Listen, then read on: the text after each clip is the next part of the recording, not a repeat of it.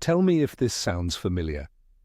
You drill a hole over the deepest part of the lake, drop your line down 50 feet, and wait, and wait, and wait some more. You convince yourself that because it is freezing cold outside, the big fish must be huddled at the very bottom of the darkest hole they can find. But what if I told you that the monster fish you are looking for vacated that deep hole weeks ago? What if I told you that while you are freezing over barren water, the real trophy fish are aggressively feeding in water so shallow you could stand up in it? Today we are going to tear up the old rule book. We are going to talk about why your favorite deep wintering hole has turned into a biological dead zone and exactly where those giant fish have actually gone. Stick around, because the reason why you have not been catching anything lately is about to make a whole lot of sense. And I bet a few of you will definitely want to argue with me in the comments about this one. For generations, fishermen have passed down the same golden rule for winter fishing. Find the deep water, find the fish. The logic seems to make sense on the surface. When the water gets cold and the ice thickens, fish seek out the deepest, most stable water temperatures to survive the harsh winter. And yes, in the very dead of winter, that is exactly what they do. But the problem is, fishermen are creatures of extreme habit. We find a deep hole that produced fish in late December or January, and we just keep going back to it. We mark it on our GPS, we set up our shelters, and we stubbornly sit there until the ice literally melts beneath our boots. We ignore the changing season, the shifting sun, and the melting snow.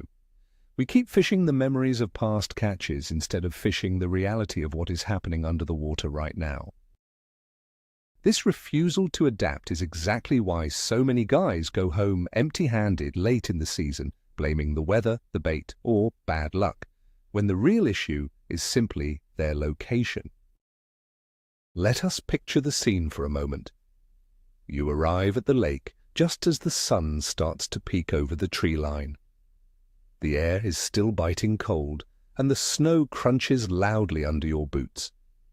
You look out over the vast expanse of white, and what do you see? A massive cluster of ice shelters, tents, and fishermen huddled together directly over the deepest basin of the lake. It looks like a small village has popped up overnight. Every single person out there is fishing the exact same way they did 2 months ago. They are dropping their tiny jigs down 60, maybe 70 feet, right into the dark abyss. They are staring at their sonar screens, waiting for a little red line to flicker off the bottom. But the screens are empty. The rods are completely still. They are sitting there, shivering, drinking lukewarm coffee from a thermos, and convincing themselves that the fish just have lockjaw today. They think the barometric pressure is wrong, or maybe a cold front pushed the fish down into the mud, but they are completely missing the truth. The fish are not suffering from lockjaw. They are not hiding in the mud. The painful reality is that the fish are simply not there anymore. You are watching 100 guys waste their entire weekend fishing a dead zone. And the crazy part is, they will come back and do the exact same thing next weekend, hoping for a different result. To understand why that deep hole is now completely empty, we have to talk about what is actually happening at the bottom of the lake late in the season.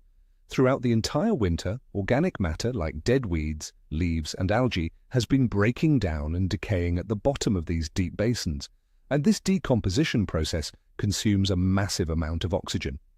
As the winter drags on, the oxygen levels in that deep water slowly begin to plummet. Because there is a thick layer of ice capping the lake, no new oxygen is getting mixed into the water from the wind or waves. Slowly but surely, the deepest parts of the lake turn into hypoxic dead zones. Fish simply cannot breathe down there anymore. The old grandfather rule says that deep water is the safest place for fish, but biology tells us a completely different story. If a trophy walleye or a massive pike were to stay at the bottom of that 70-foot hole, it would literally suffocate. So, instinct kicks in, and the fish are forced to abandon their winter sanctuary to find breathable water. So, where does the fresh oxygen come from when the lake is still frozen solid? You have to start looking at the world around the lake, not just the water under your feet. As late winter starts transitioning into early spring, The days get noticeably longer. The sun climbs higher in the sky and beats down on the ice and the surrounding shoreline. During the warmest parts of the afternoon, the snow on the banks begins to melt. This meltwater starts to trickle down the hills, through the woods, and eventually finds its way under the ice along the shallow edges of the lake. This incredibly fresh, highly oxygenated water acts like a magnet. It brings life back into the stagnant lake. It seeps into the shallow bays, the sandy flats, and the edges of the green weed lines. It completely changes the chemistry of the shallow water long before the main body of ice ever breaks apart. And guess who is waiting to take advantage of this fresh breath of air? Everything that swims. It is not just about the oxygen either. It is about the food chain. When that fresh meltwater enters the shallow bays, it stirs up microscopic life. Plankton and tiny aquatic insects begin to wake up and move toward the light and the warmer, highly oxygenated water. Where the plankton goes, the baitfish are forced to follow. Minnows, shiners, and small panfish cannot survive in the deep, oxygen-depleted basins either. They migrate in massive numbers up the steep drop-offs and flood into the shallow flats. Imagine thousands of tiny baitfish suddenly packing themselves into water that is only 5 to 10 feet deep.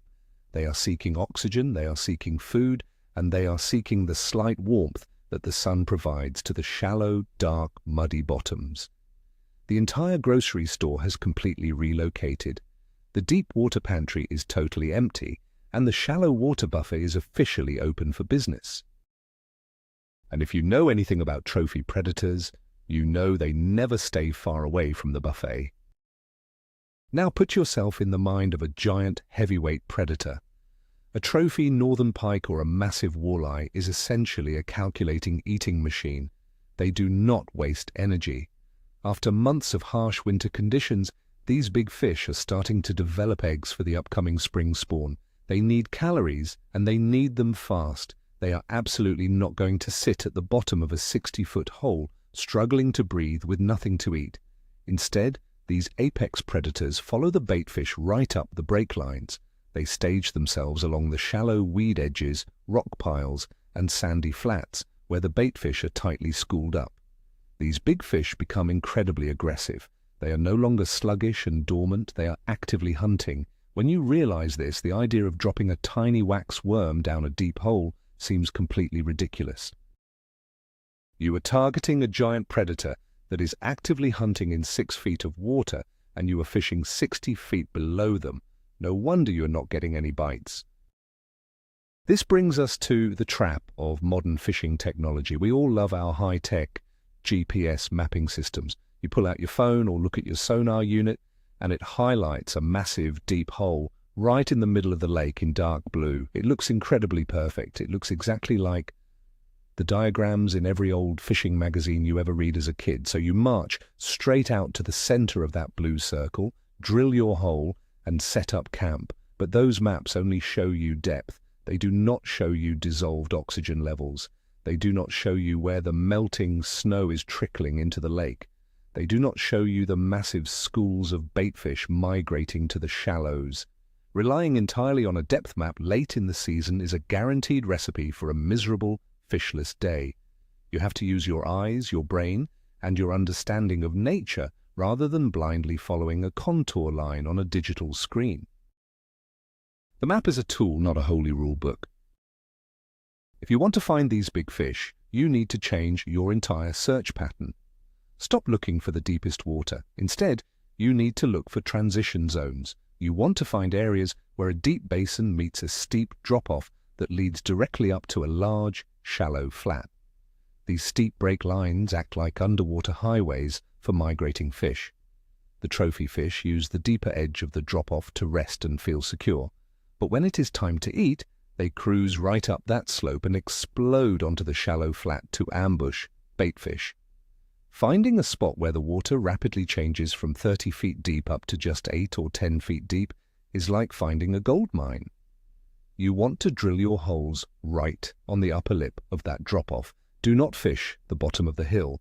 Fish the top of the hill, right where the predators are trapping their prey against the ice. Let us talk about another vital shallow water feature: weed lines. Most fishermen assume that all the weeds die and rot during the winter, which is why they avoid them. And while it is true that many weeds die, causing that oxygen loss in the deep water, there are always patches of green, living weeds left in the shallows if the ice is clear enough to let sunlight through. These living green weeds are absolute magic late in the season. Through photosynthesis, they are literally pumping fresh oxygen directly into the surrounding water. It creates a tiny, perfect microclimate. You will find massive schools of baitfish hiding in these green stalks, and you will find the biggest, meanest predators prowling the edges of this underwater jungle. If you pull up your lure and it has brown, foul-smelling slime on it, you are in dead weeds. Move immediately. But if you pull up a bright green, crisp piece of vegetation, you better stay put, because you have found the absolute jackpot. Moving shallow takes a massive psychological shift. It is incredibly hard to walk away from a deep water spot that you have been baiting and fishing all winter. You feel invested in it. You have memories of pulling a great catch out of that exact hole a month ago. And when you decide to pack up your sled, walk away from the crowd, and drill a hole in water so shallow that your auger blades almost hit the sand, you feel kind of foolish.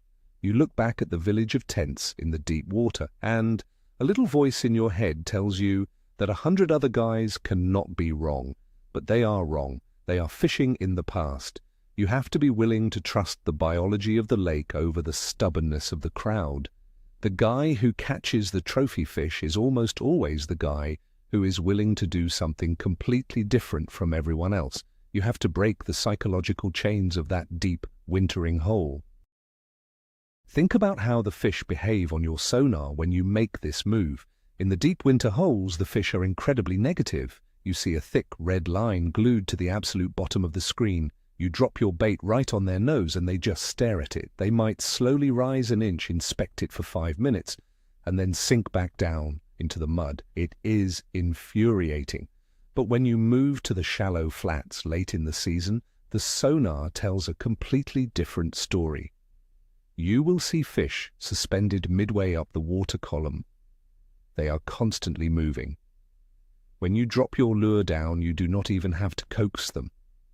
The red line rockets off the bottom and slams your bait before it even reaches them. They are aggressive, they are hungry, and they are competing with each other for food. The difference in attitude between a deep water fish and a shallow water fish late in the season is like night and day.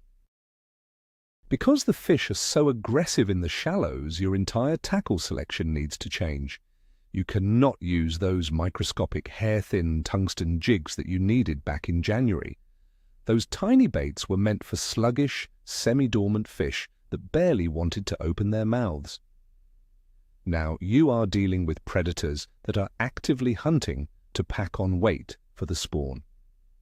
You need to upsize your presentation, put away the tiny finesse plastics, and break out the aggressive spoons, the large glide baits, and the noisy rattle baits.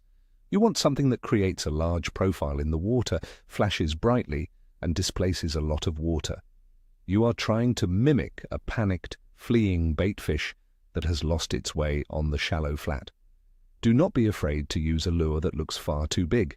A trophy fish has a massive mouth, and right now they want a substantial meal that is worth the energy of the chase. Noise and vibration become your absolute best friends in the shallows. Why? Because as that snow melts and runs into the lake, the water near the shorelines often becomes stained or slightly muddy. The pristine, gin-clear water of midwinter gets cloudy with runoff. In this murky environment, fish rely heavily on their lateral lines to hunt. They feel the vibration of your lure long before they actually see it. A loud rattle spoon or a heavy vibration bait sends out shockwaves through the shallow water, calling in predators from a long distance away. Imagine you are ripping a loud rattle bait in 8 feet of water. That sound echoes off the bottom and the ice, creating a dinner bell that a big predator simply cannot ignore. If you are sitting there quietly dead, sticking a motionless minnow in muddy water, you are hoping for a miracle. You need to make some noise and force the fish to come investigate your presentation. Timing is also a critical factor when you are hunting these shallow water monsters. The deep basin bite might have been a slow, all-day grind, but the shallow water bite is often fast and furious, driven by the sun. The best time to be on those shallow flats is during the warmest part of the afternoon or just as the sun begins to set. During the midday hours, the sun penetrates the ice and actually warms the dark, muddy bottom of the shallows by a degree or two. That tiny increase in temperature is enough to send the baitfish into a feeding frenzy, which in turn triggers the big predators.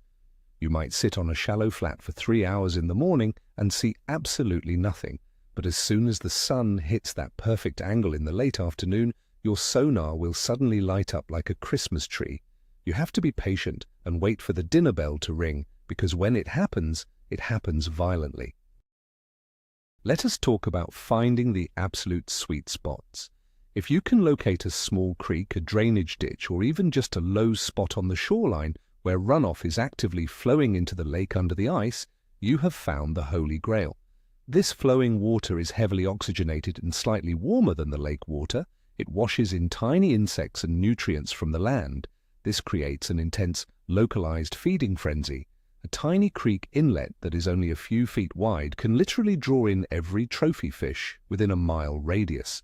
They will stack up like cordwood right at the mouth of that inlet, waiting in the ambush position to gorge on whatever the current brings them. If you know of a spot where water enters the lake, you need to abandon your deep hole immediately and go investigate that inlet. Just be incredibly careful, because moving water deteriorates the ice much faster than still water. That brings up a very serious point about this style of fishing: safety. Late-season ice is unpredictable, and fishing the shallows, especially near incoming water, requires a lot of caution. The ice near the shorelines absorbs heat from the dark bottom, and the runoff eats away at the edges. While the guys sitting out in the middle, over 70 feet of water, might have 2 feet of solid ice under them, you might only have 6 inches of degrading ice near the shore.